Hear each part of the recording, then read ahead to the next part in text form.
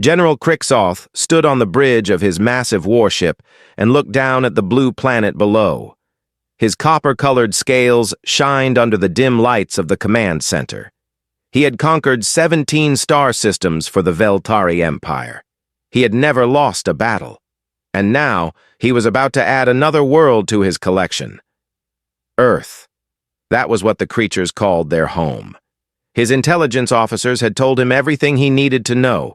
The humans were young. They had only been traveling in space for a few decades. Their weapons were primitive compared to Veltari plasma guns.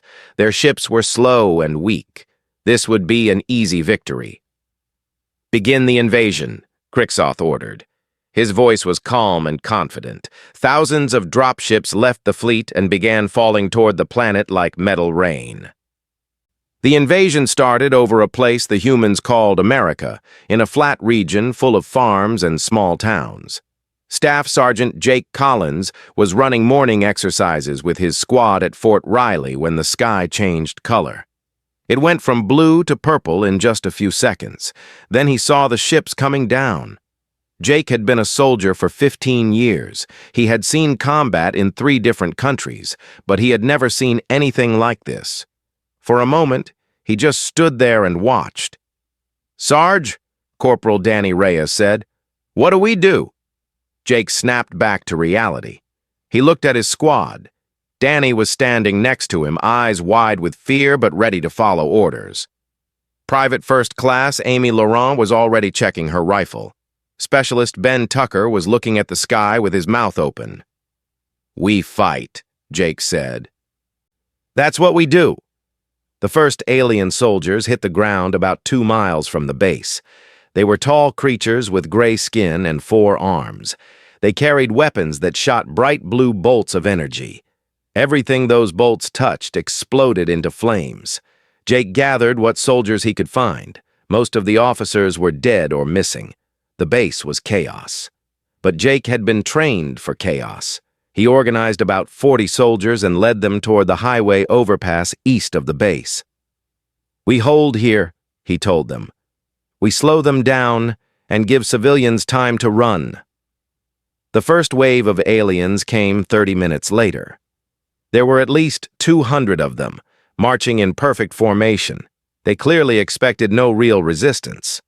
After all, their intelligence had told them humans were weak. Jake opened fire. The first alien fell with a bullet in its chest, then another, then 5 more. The aliens stopped marching. They seemed confused. This was not supposed to happen. Blue plasma bolts started flying toward the human position. Jake saw 2 of his soldiers go down immediately. A third was hit in the arm and screamed in pain, but the rest kept firing. Danny was on Jake's left side, shooting carefully and accurately. Every shot found its target, but then a plasma bolt caught Danny in the shoulder. The flash was so bright Jake had to look away. When he looked back, Danny was on the ground, his uniform burned and smoking. "Danny!" Jake shouted. But something amazing happened. Danny started moving. He rolled onto his side, his face twisted in pain. The wound was terrible. Jake could see burned flesh and damaged muscle. Any normal person would have stayed down. Any normal person would have screamed for a medic and waited to be carried away. Danny was not normal. He was a soldier. With his good hand, Danny ripped a piece of cloth from his uniform.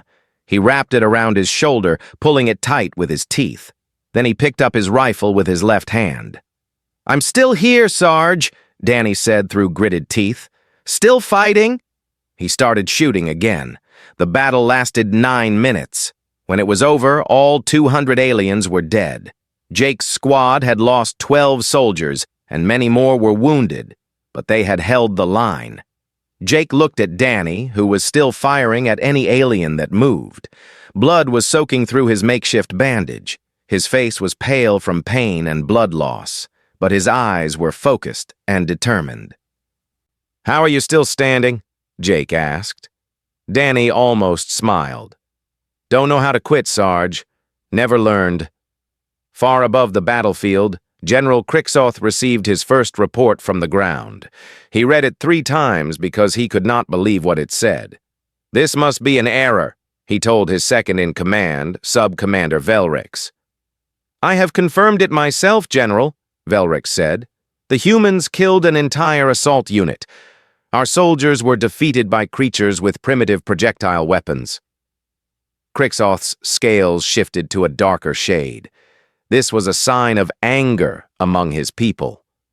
"That is impossible. Our armor should stop their bullets." "It did not, General. And there is more." Velrix hesitated. "The reports say that humans who were wounded continued to fight. One human was shot through the shoulder with a plasma bolt. He should have died instantly. Instead, he wrapped his wound and kept shooting." "That cannot be true." "I have video evidence, General." Crixoth watched the video. He saw the human called Danny get hit. He saw the man fall, and then he saw something that made his blood run cold. The human got back up. He was clearly in terrible pain. He was clearly dying, but he got up and kept fighting anyway. "What kind of creatures are these?" Crixoth whispered. He told himself it was just one incident, one strange occurrence. The humans had been lucky, that was all. "Send more troops," he ordered. "Crush them completely." More dropships fell from the sky. More aliens landed on Earth. But across the planet, scenes like the one at Fort Riley were happening everywhere. Human soldiers were fighting back. Human soldiers were getting wounded and refusing to stop. Human soldiers were dying and somehow still taking enemies with them.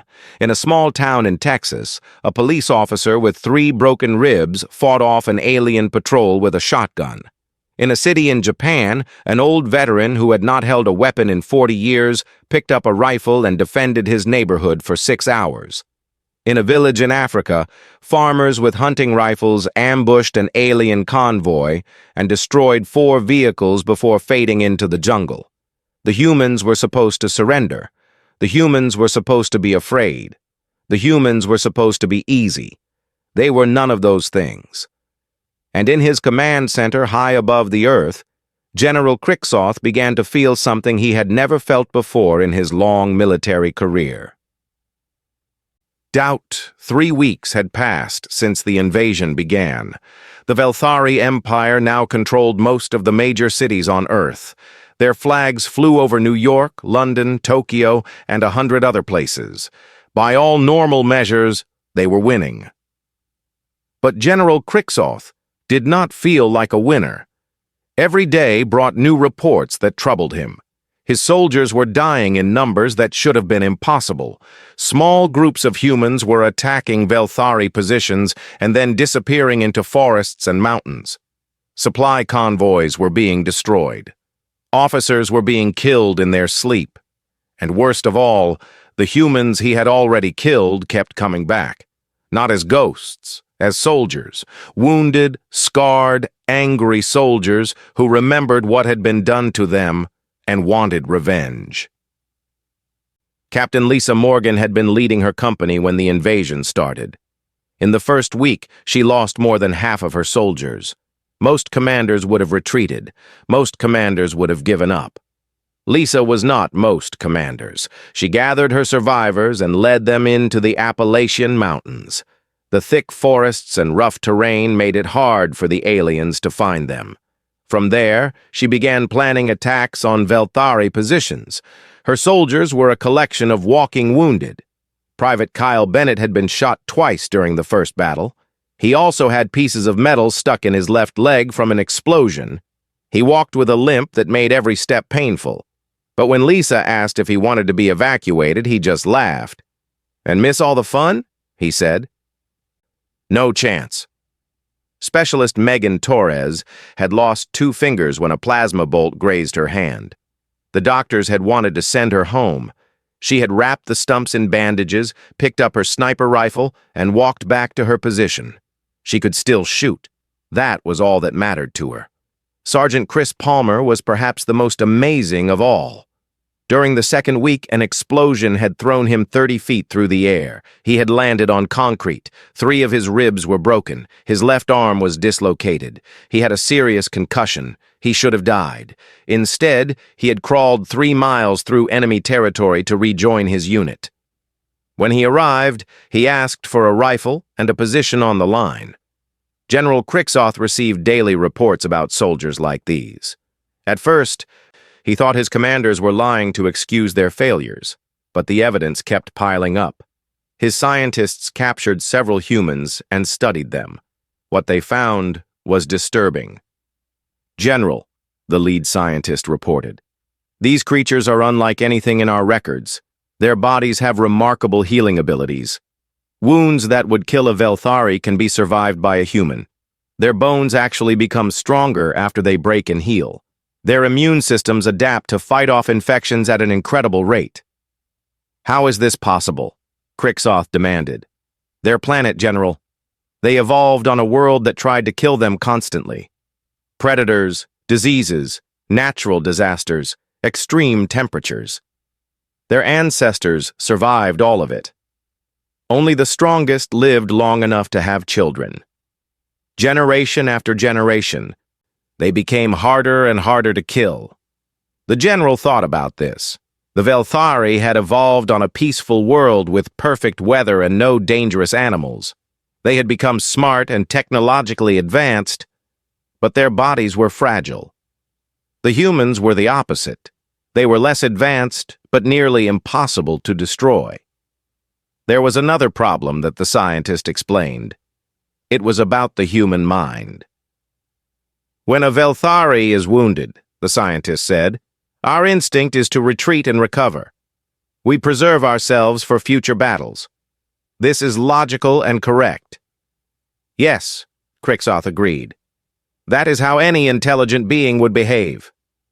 The humans do not do this, General. When they are wounded, they become more aggressive, more determined, more willing to take risks.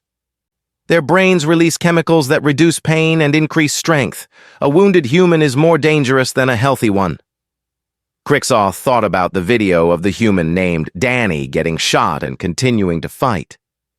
He thought about all the reports of humans who refused to stop even when their bodies were broken. "They do not know when to quit," he said quietly. "Exactly, General. To them, retreat is worse than death. They would rather die fighting than live having surrendered." This was something Crixoth could not understand. In Velthari culture, survival was the highest goal. A dead soldier was useless. A living soldier could fight another day. It was simple logic, but humans did not follow this logic. They followed something else. Honor, pride, stubbornness. Whatever it was, it made them terrible enemies. Sub-Commander Velrix brought a new video to the general's attention one evening. It showed a battle that had happened 3 days ago.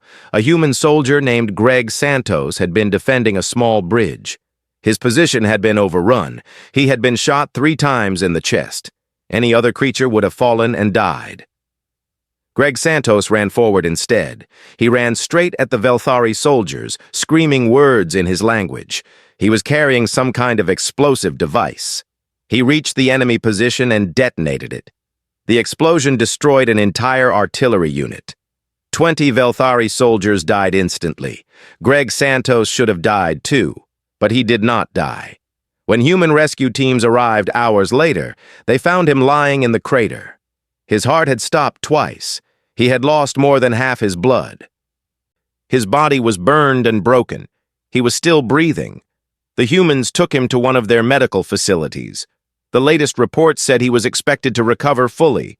He would probably be back in combat within 2 months. Velrix asked the question that had been bothering everyone. How do we kill something that refuses to die? General Crixoth had no answer. He stood at his window and looked down at the blue planet below. He had conquered 17 star systems. He had never failed. But standing there in the silence of his ship, watching Earth turn slowly beneath him, he began to wonder if this world would be different. He pushed the thought away. He was General Crixoth. He did not fail. But deep in his mind, a small voice whispered that perhaps this time, failure was exactly what awaited him. The humans were not giving up. They were not afraid. They were learning, and every day they were getting stronger. 6 months after the invasion began, General Krixoth looked at a map of Earth and saw something impossible. The blue areas showed Velthari control. The red areas showed human resistance. 3 months ago, the map had been almost entirely blue. Now, the red areas were spreading like a disease. The humans were winning, not with superior technology, not with greater numbers. They were winning through sheer refusal to accept defeat. Nations that had been enemies for centuries were now fighting side by side. Soldiers who spoke different languages were learning to work together. Civilians who had never touched a weapon were picking up rifles and joining the fight. And leading them was a special operations team that had become legendary. Lieutenant Commander Matt Kelly had been a Navy officer before the invasion. Now he led a group of soldiers from 3 different countries: Americans, British, and Australians. They called themselves the Ghost Squad because the Velthari believed they were already dead. Matt had been reported killed twice by Velthari intelligence. Both times, he had appeared weeks later to lead another attack. The first time, he destroyed a Velthari communications center. The second time, he killed a sub-commander who had been responsible for burning a human city. The aliens began to fear his name.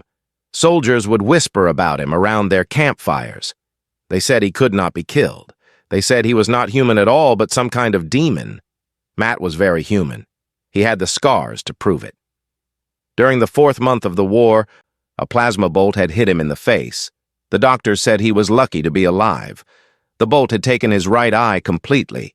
Most people would have retired from combat after such an injury. Matt put on an eye patch and went back to work.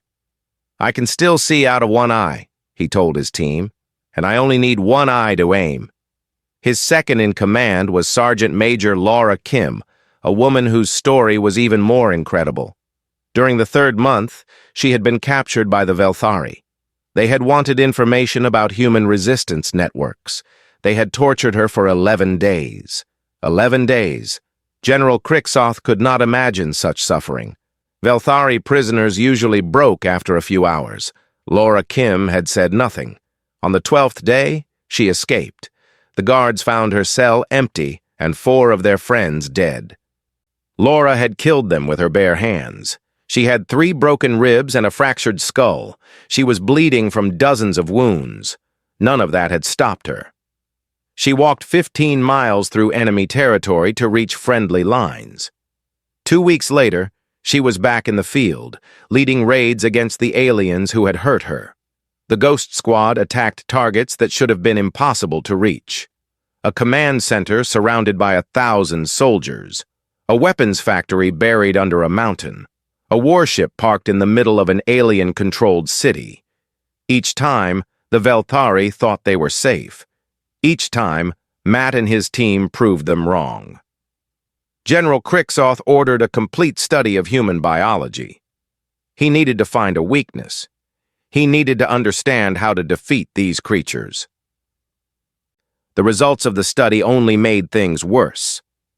Their bones heal stronger after breaking, the scientists reported. Their muscles can work beyond normal limits when certain chemicals are released during stress. Their immune systems are adaptive and can fight diseases they have never encountered before. "There must be something," Krixoth said. "Every species has a weakness." "We found one, General. Humans need sleep. Without it, they eventually die."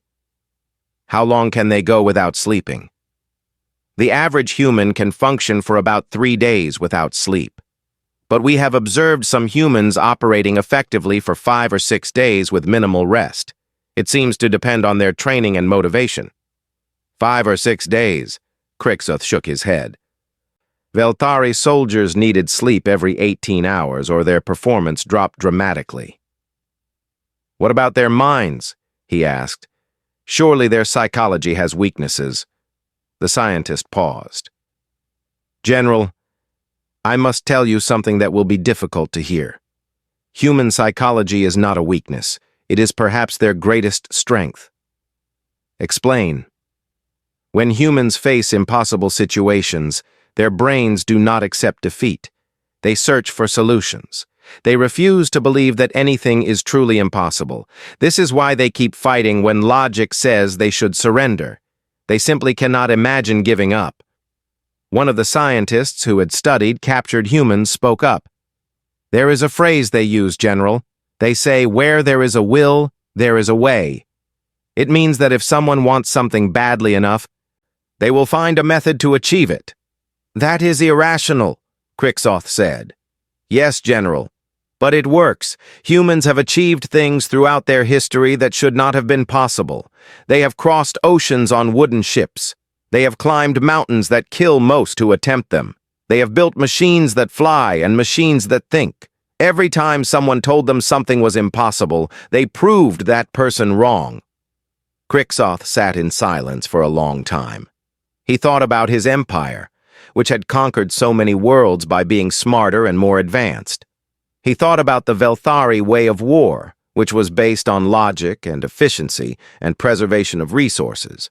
Then he thought about the humans, who fought not because it was logical, but because they could not do anything else.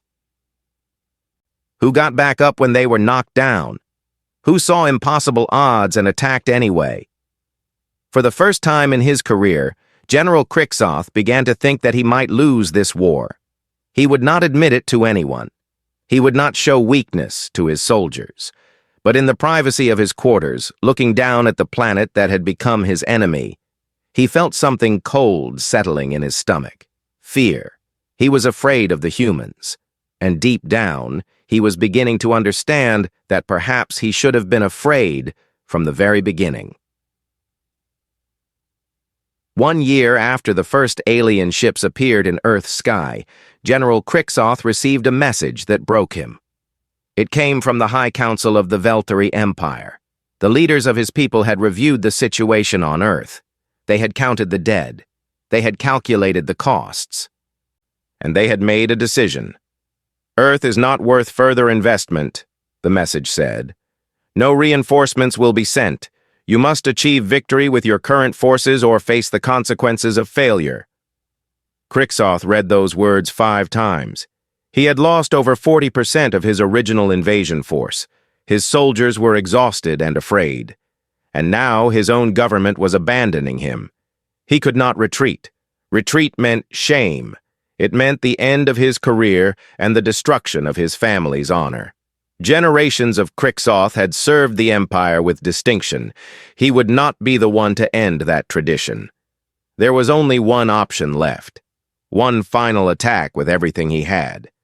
His target was the main human resistance headquarters, hidden somewhere in the mountains of a region called Colorado. Intelligence reports said that all the surviving human military leaders were gathered there. If he could destroy that base, the human resistance would collapse. He called his remaining officers together. "We will commit all our forces to one assault," he told them. "Every ship, every soldier, every weapon. This will be our final battle. We will either achieve victory or die trying." Some of his officers looked relieved. Others looked frightened, but none of them argued. They all knew the situation. They all knew there was no other choice. 300 miles underground, in a converted mining facility, Colonel Tony Vance was looking at the same intelligence reports. Tony had spent his entire adult life in the military. He had trained for wars that everyone said would never happen. While others had laughed at the idea of alien invasion, Tony had made plans for exactly that scenario. Now those plans were being tested. His command center was filled with officers from every nation on Earth. American generals worked beside Russian colonels. Chinese commanders shared tables with European strategists. Old enemies had become allies against a common threat. "They are coming," Tony said. "All of them. Every ship they have left." His operations officer, Major Nicole Grant, pulled up a map of the Rocky Mountains. "They will have to come through the valley. It is the only approach wide enough for their landing craft." "Then we prepare the valley." Tony smiled. It was not a happy smile. It was the smile of a man who had been waiting for this moment for a very long time. "Let them come." We are ready. The Battle of the Rockies began at dawn. Velthari ships filled the sky like a swarm of metal insects. Thousands of them, carrying tens of thousands of soldiers. General Kriksoth watched from orbit as his forces descended toward the mountains.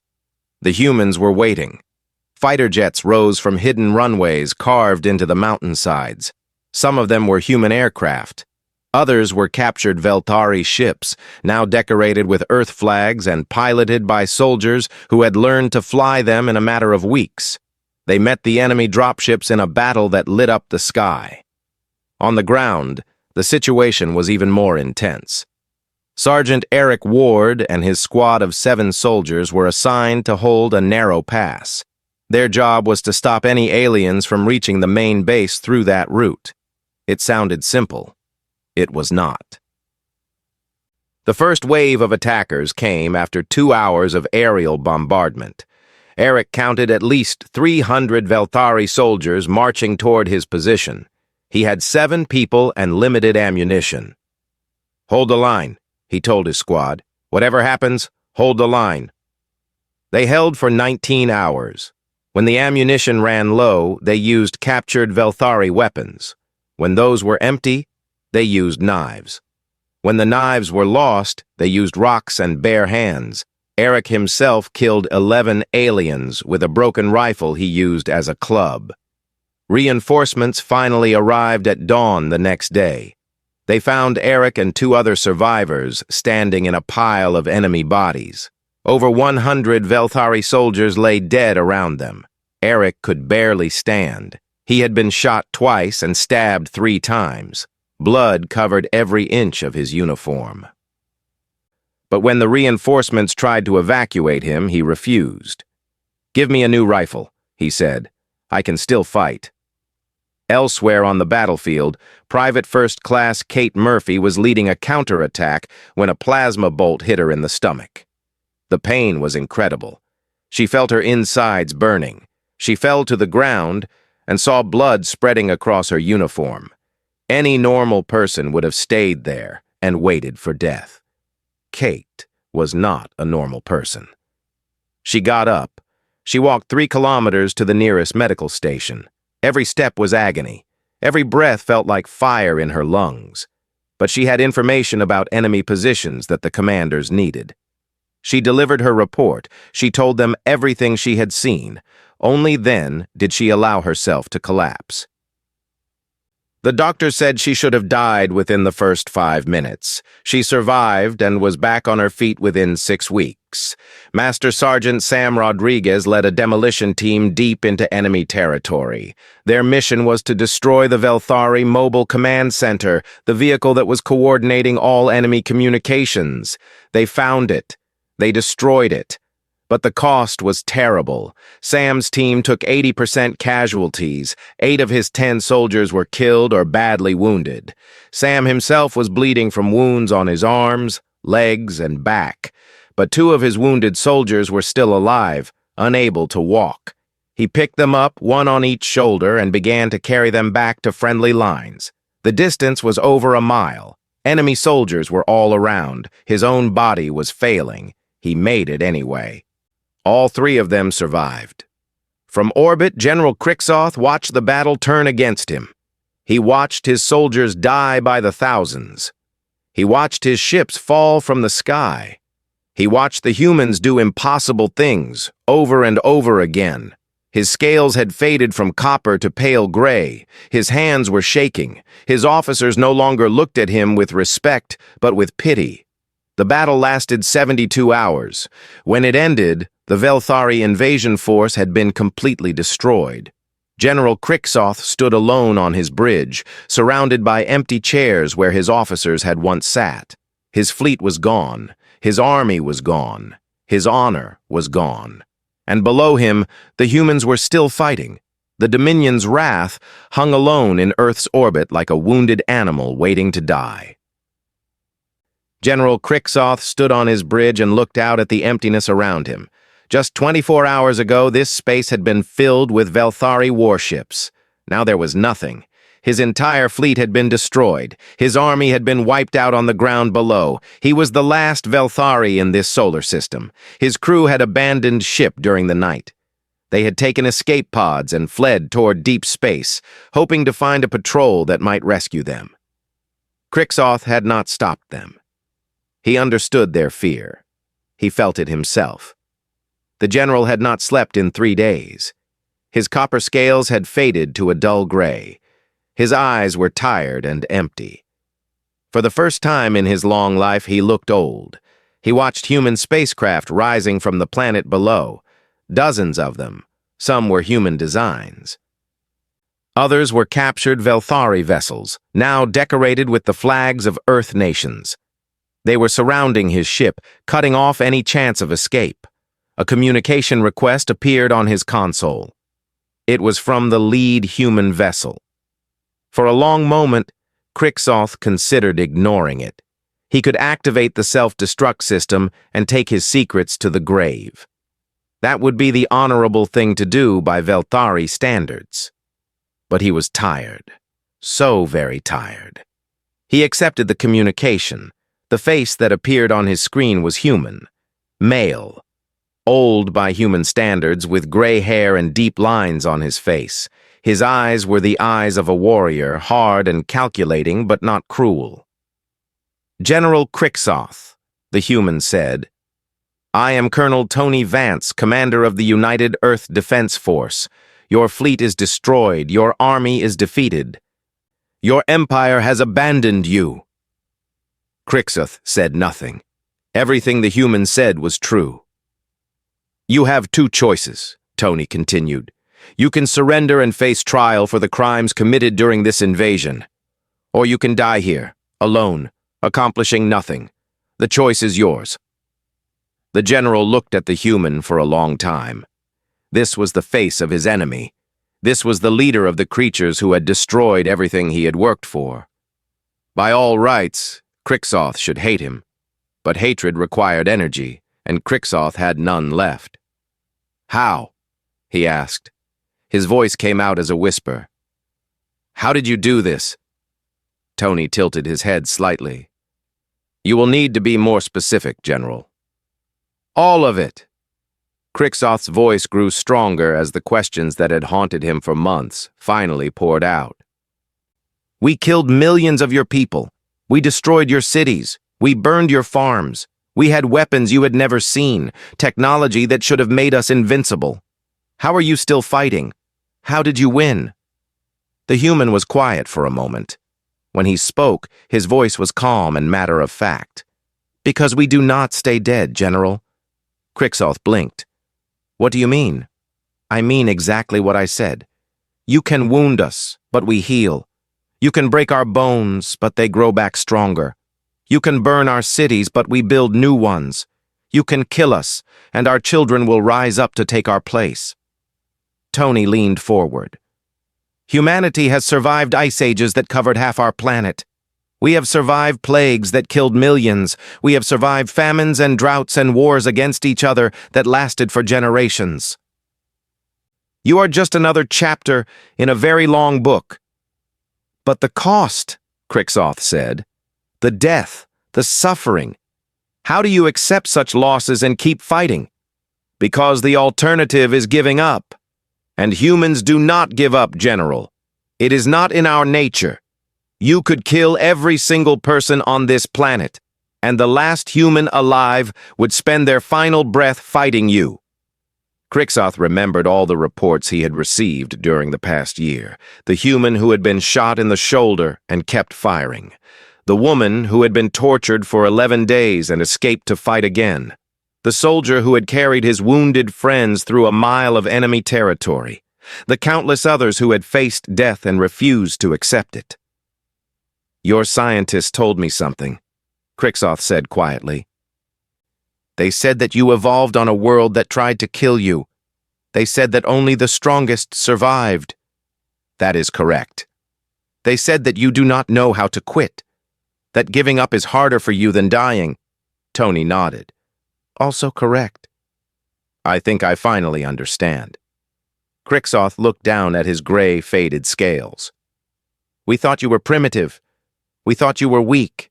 We saw your short lifespans and your limited technology and assumed we were superior. Many have made that mistake throughout our history. But you are not weak. You are the opposite. You are the most dangerous species we have ever encountered.